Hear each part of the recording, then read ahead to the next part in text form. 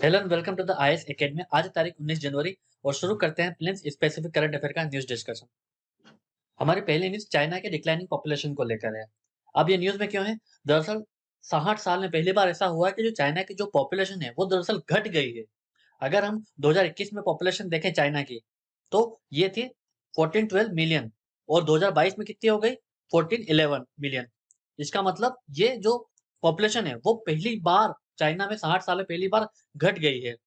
China की population 2021 में थी, उसमें 8.5 लाख की जो पॉपुलेशन है वो कम हुई है। अगर हम कुछ डाटा देखें चाइना के बारे में, तो चाइना में 2021 में टोटल 10.6 मिलियन न्यूबॉर्न बेबीज का बर्थ हुआ था, बट यही संख्या हो गई 2022 में 9.6 मिलियन। तो टोटल 1 मिलियन कम बेबीज बोर्न हुए हैं चाइना में।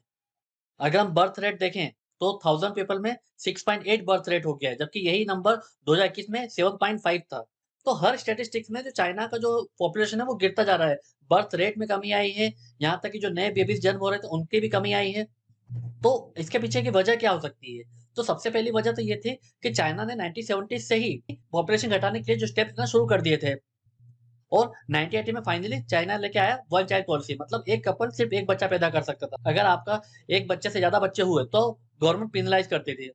तो चाइना का यह मानना था कि जितनी कम जनसंख्या होगी उतना इकोनॉमिक में बूम आएगा, उतना कम डिपेंडेंट पॉपुलेशन होगी चाइना के ऊपर। बट ये चाइना को अब लेटर ऑन समझ में आ गया था कि चाइना का जो पॉपुलेशन गिरेगा तो चाइना की इकोनॉमिक एक्टिविटी भी कम होगी, क्योंकि जो आपकी वर्किंग एज पॉपुलेशन होती है, अगर वही कम होगी तो आपकी इकोनॉमिक एक्टिविटी ऑटोमेटिकली कम हो जाएगी। तो फाइनली 2015 में चाइना ने वन चाइल्ड पॉलिसी को खत्म करके टू चाइल्ड पॉलिसी को अलाउ कर दिया। पर फिर भी टू चाइल्ड पॉलिसी के बावजूद भी जो चाइना की जो पॉपुलेशन थी वो बढ़ नहीं रही थी, क्योंकि एक सर्वे में ये बताया गया था 70% लोगों ने ये बताया था कि एक तो फाइनेंशियल रीजन बहुत वो है कि जो दूसरा तीसरा बच्चा होता है उनके वो फाइनेंशियल बर्डन होते हैं एक तरीके से, उनके एजुकेशन खर्चा, उनके हेल्थ का खर्चा। तो कपल्स क्या सोचते थे, एक बच्चे को ही रेस कर ले, वही वही बहुत होता है। क्योंकि चाइना में जो कॉस्ट ऑफ एजुकेशन है वो बढ़ गई है, हेल्थ केयर की कॉस्ट बढ़ गई है, हाउसिंग की कॉस्ट बढ़ गई है। तो ऐसे में दूसरा तीसरा बच्चा सस्टेनेबल नहीं होता है। और एक कल्चरल फैक्टर भी है कि 1970 से ही चाइना लगातार कोशिश कर रहा समझाने की, अवेयरनेस फैलाने की, कम बच्चे करना है, कम बच्चे करना है। तो वो उनके सोशल प्रैक्टिस का हिस्सा हो गया है कि अब उनके लिए सोशल वैल्यूज हो गया है कि मिनिमम फैमिली रखना है, तो कम से कम बच्चे रखना है। इस वजह से भी लोग रिलक्टेंट होते हैं दूसरे तीसरे बच्चे के लिए। तो ये सारे फैक्टर्स बने जिसकी वजह से चाइना की जो पॉपुलेशन है, 60 साल में पहली बार चाइना की जो पॉपुलेशन है वो घट गई है। अब इसका इम्पैक्ट क्या होगा चाइना के ऊपर? तो सबसे बड़ा जो इम्पैक्ट होता है जब आपकी पॉपुलेशन घटती है, तो वो वर्किंग एज पे आती है। अभी आप जापान की पॉपुलेशन देखें, तो 30% उनकी एजिंग पॉपुलेशन है। मतलब सोचो उनकी इकोनॉमी को जो जिनके ऊपर 30% लोगों की ज़िम्मेदारी है, क्योंकि ये जो 30% लोग होते हैं, ये एजिंग पॉपुलेशन होते हैं, ये इकोनॉमी कंट्रीब्यूट नहीं करते हैं, बट इकोनॉमी को इनके हेल्थ की नीड्स का ध्यान रखना होता है, इनकी पेंशन का ध्यान रखना होता है, ठीक है? तो वो तो उनके पूरे नीड्स को कैटर करना पड़ेगा। इसके लिए आपको और ज़्यादा वर्किंग एज पॉपुलेशन चाहिए ताकि आपकी इकोनॉमिक और एक्टिविटी और ज़्यादा हो सके। तो अब जापान को क्या करना पड़ रहा है? बाहर से लेबर बुलवाने पड़ रहे हैं। तो चाइना को भी ये प्रॉब्लम से जूझना पड़ेगा, क्योंकि जितनी ज़्यादा आपकी एजिंग पॉपुलेशन बढ़ेगी, उतना ज़्यादा आपकी इकोनॉमी पे स्ट्रेन बढ़ेगा, बर्डन आएगा आपकी इकोनॉमी पे। और ये प्रोजेक्ट किया गया कि चाइना की जो वर्किंग एज पॉपुलेशन है, वो गिरकर 50% पे आ जाएगी 2045 तक। अभी ये फिलहाल 62% के आसपास है। और इंडिया का स्टैंड देखें, तो इंडिया के में अभी तक 2011 से अभी तक सेंसस नहीं हुआ है लगातार, क्योंकि 2021 में जो सेंसस होना था वो कोविड के रीजन की वजह से टाल दिया गया है 2024 तक।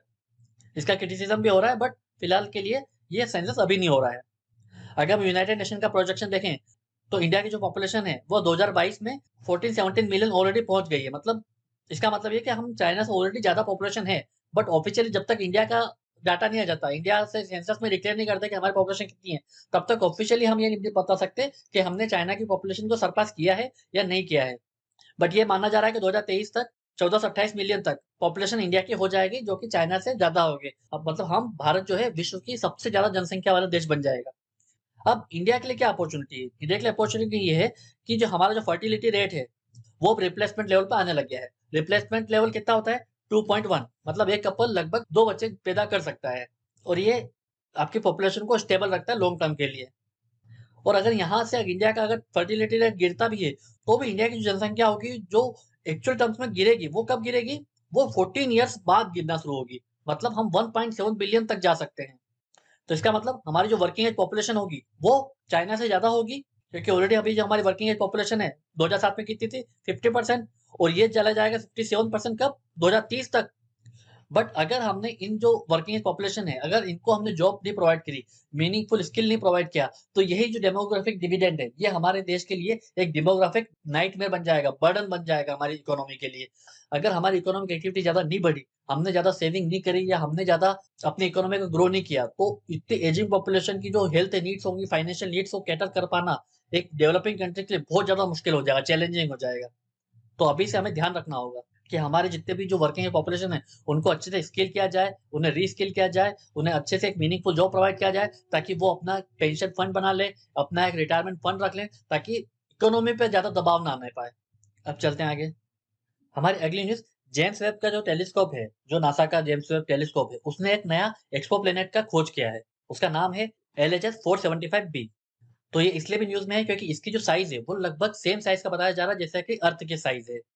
बट इसमें डिफरेंस एक ये है कि ये जो एक्सोप्लैनेट है, ये अपने ऑर्बिट को सिर्फ 2 दिन में कंप्लीट कर लेता है, जबकि अर्थ अपना ऑर्बिट डिस्टेंस कब कवर करता है? पूरे 1 साल लग जाते हैं उसको कवर करने में। और एक डिफरेंस ये भी है कि जो अर्थ का टेम्परेचर है, उससे कई गुना ज़्यादा टेम्परेचर इस एक्सोप्लैनेट का है। तो ऐसे इतने ज़्यादा टेम्परेचर में ह्यूमन सर्वाइव नहीं कर सकते।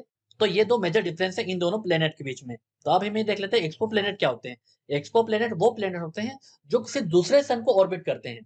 तो जो अर्थ होता है वो हमारे सन के चक्कर काटता है, ठीक है? वैसे ही जो दूसरे एक्सोप्लैनेट होंगे, जो दूसरे स्टार के चक्कर काटते होंगे, तो उनको एक्सोप्लैनेट बोला जाता है। तो जब भी कोई एक्सोप्लैनेट होगा या कोई प्लैनेट होगा जो उसके सन के करीब होगा, तो उसका टेम्परेचर बहुत ज़्यादा होगा। ऐसे में वो लिक्विड वाटर नहीं रख सकता।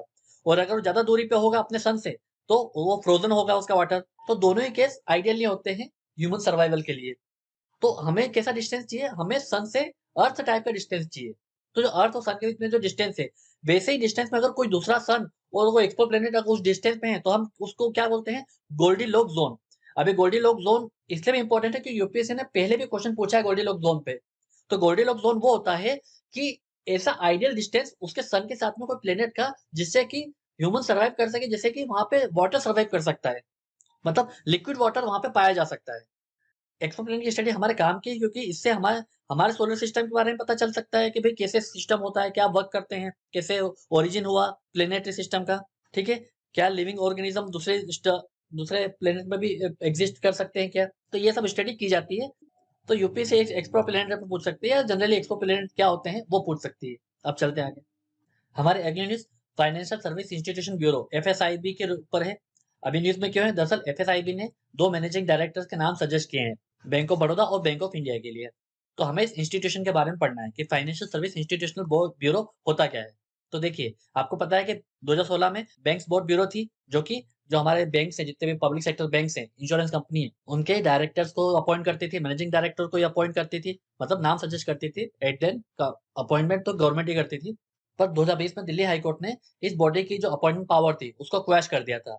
दिल्ली हाई कोर्ट का ये मानना था कि बैंक्स बोर्ड ब्यूरो है, वो कॉम्पिटेंट बॉडी नहीं है कि बैंक्स के हेड को अपॉइंट कर सके।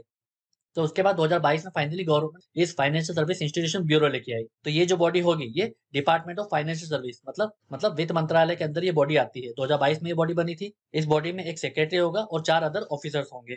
अब ये जो बॉडी होगी, ये देखेगी सिलेक्शन का कि कितने जो फाइनेंशियल इंस्टीट्यूशन जो गवर्नमेंट ओन करते हैं, जैसे कि पीएसयू बैंक है, ठीक है, इंश्योरेंस कंपनी है, नेशनल हाउसिंग बैंक है, नाबार्ड है, तो उनके सीनियर पोजीशन सिलेक्शन के लिए ये बॉडी अब रिकमेंड करेगी। तो ये डायरेक्टर के नाम देगी, नॉन एग्जीक्यूटिव चेयरमैन का नाम देगी ये, ठीक है? इस बॉडी में एक एक्स ऑफिशियो मेंबर भी होगा जो गवर्नमेंट का होगा, ताकि गवर्नमेंट का भी अपना से रहेगा इसमें। और ये नाम सजेस्ट करने के अलावा दूसरे भी मेन मैनेजमेंट के काम देखेगी, जैसे अप्रेज़ल सिस्टम कैसा होना चाहिए, उसके बाद में जो मैनेजमेंट सिस्टम में जो डायरेक्टर लेवल पे उनका कैसा स्ट्रक्चर होना चाहिए, तो वो सब भी रिकमेंड कर सकती है गवर्नमेंट को। एक कोड ऑफ कंडक्ट और एथिक्स के बारे में भी रिकमेंड करेगी गवर्नमेंट को कि ऐसा कोड ऑफ कंडक्ट डायरेक्टर्स के लिए या एग्जीक्यूटिव चेयरमैन के लिए होना चाहिए। तो ये ब्रॉड लेवल पे उनका ये काम है, ये एफएसआईबी का। तो एफएसआईबी 2022 में आई थी, तो यूपीएससी इस पर क्वेश्चन पूछ सकती है। अब चलते हैं आगे। हमारी अगली न्यूज़ वाटरवे नेटवर्क को लेकर है। क्यों न्यूज़ में है? दरअसल गवर्नमेंट क्या चाह रही है कि 2047 तक 35,000 करोड़ का इन्वेस्टमेंट आना चाहिए, ताकि हम वाटरवेज़ का एक बहुत बड़ा नेटवर्क क्रिएट कर सकें। अगर अभी अभी हम देखें, तो अभी जो 111 वाटरवेज़ नेटवर्क हैं, वो गवर्नमेंट ने नेशनल वाटरवेज़ डिक्लेयर कर रखे हैं, जिसमें से 13 जो हैं वो करंटली ऑपरेशनल हैं। इसके लिए गवर्नमेंट नेशनल वाटरवेज़ एक्ट 2016 भी लेके आई थी। अभी वाटरवे होता क्या है? दरअसल रिवर्स है, कैनाल्स है, स्ट्रीम्स है, तो रिवर, कैनाल, स्ट्रीम के बेसिस पे अगर हम कोई ट्रांसपोर्ट सिस्टम रखते हैं, तो उसे हम वाटरवे बोलते हैं। क्योंकि रोड ऑलरेडी हमारे देश में कंजेस्टेड है, ठीक है? एरोप्लेन काफ़ी महँगे होते हैं, उसके बाद में जो कार्गो के लिए होता है, कार्गो के लिए वाटरवेज सबसे ज़्यादा एफिशिएंट माने जाते हैं। इसीलिए गवर्नमेंट वाटरवेज को और ज़्यादा डेवलप करना चाहती है। अभी आपने सुना होगा एमजे गंगा विलास जो है गवर्नमेंट ने लॉन्च किया है, पीएम मोदी जी ने उसको हरी झंडी दी थी। तो उससे भी एक टूरिज्म का पोटेंशियल बढ़ता है, ठीक है? इसके अलावा गवर्नमेंट ने और कौन से स्टेप लिए हैं? कार्डी जो पोर्टल है वो लॉन्च किया गया है, ताकि जितने भी कार्गो क्रूज़ के जो मूवमेंट है उसको ट्रैक कर सकते हैं। इसके बाद एक पानी पोर्टल है, portal for asset and navigation information, ताकि वाटरवेज के रिगार्डिंग जितनी भी इन्फॉर्मेशन है वो प्रोवाइड की जा सकती है। तो ये छोटी-सी न्यूज़ है वाटरवेज नेटवर्क को लेके। अब चलते हैं आगे। अब एक प्रीवियस ईयर क्वेश्चन देख लेते हैं जो यूपीएससी ने 2019 से पूछा था। Which one of the following national park lies completely in the temperate alpine zone? Temperate alpine zone क्या होता है? तो जब आपका जो इकोसिस्टम होता है, जो ट्रॉपिकल ज़ोन और जो पोलर ज़ोन होता है, जब उसके बीच का जो ज़ोन होता है, तब हम उससे बोलेंगे टेम्परेट अल्पाइन ज़ोन बोलते हैं। मतलब 2.5 से 3000 की जो एल्टीट्यूड पे जो इकोसिस्टम होता है, जहाँ पे हम कॉनिफेरस ट्री हमें मिलती है, ब्रॉड लीफ हमें देखने को मिलते हैं पेड़ के, तो उसको हम अल्पाइन ज़ोन बोलते हैं। तो ये सब हमें कहाँ देखने को मिलता है? ये हमें देखने को मिलता है valley of flower of national park. क्योंकि इसका एल्टीट्यूड कितना है? तो इसका एल्टीट्यूड अगर हम देखें तो 3500 मीटर्स के एल्टीट्यूड पे है ये, और ये कहाँ सिचुएटेड है? ये उत्तराखंड में सिचुएटेड है। इस वीडियो के पीडीएफ को डाउनलोड करने के लिए हमारे टेलीग्राम चैनल को ज्वाइन कर सकते हैं। ऐसे ही और करंट अफेयर्स की वीडियोस के लिए हमारे यूट्यूब चैनल को सब्सक्राइब कर सकते हैं। आज के वीडियो सिर्फ इतना ही है। Thank you very much.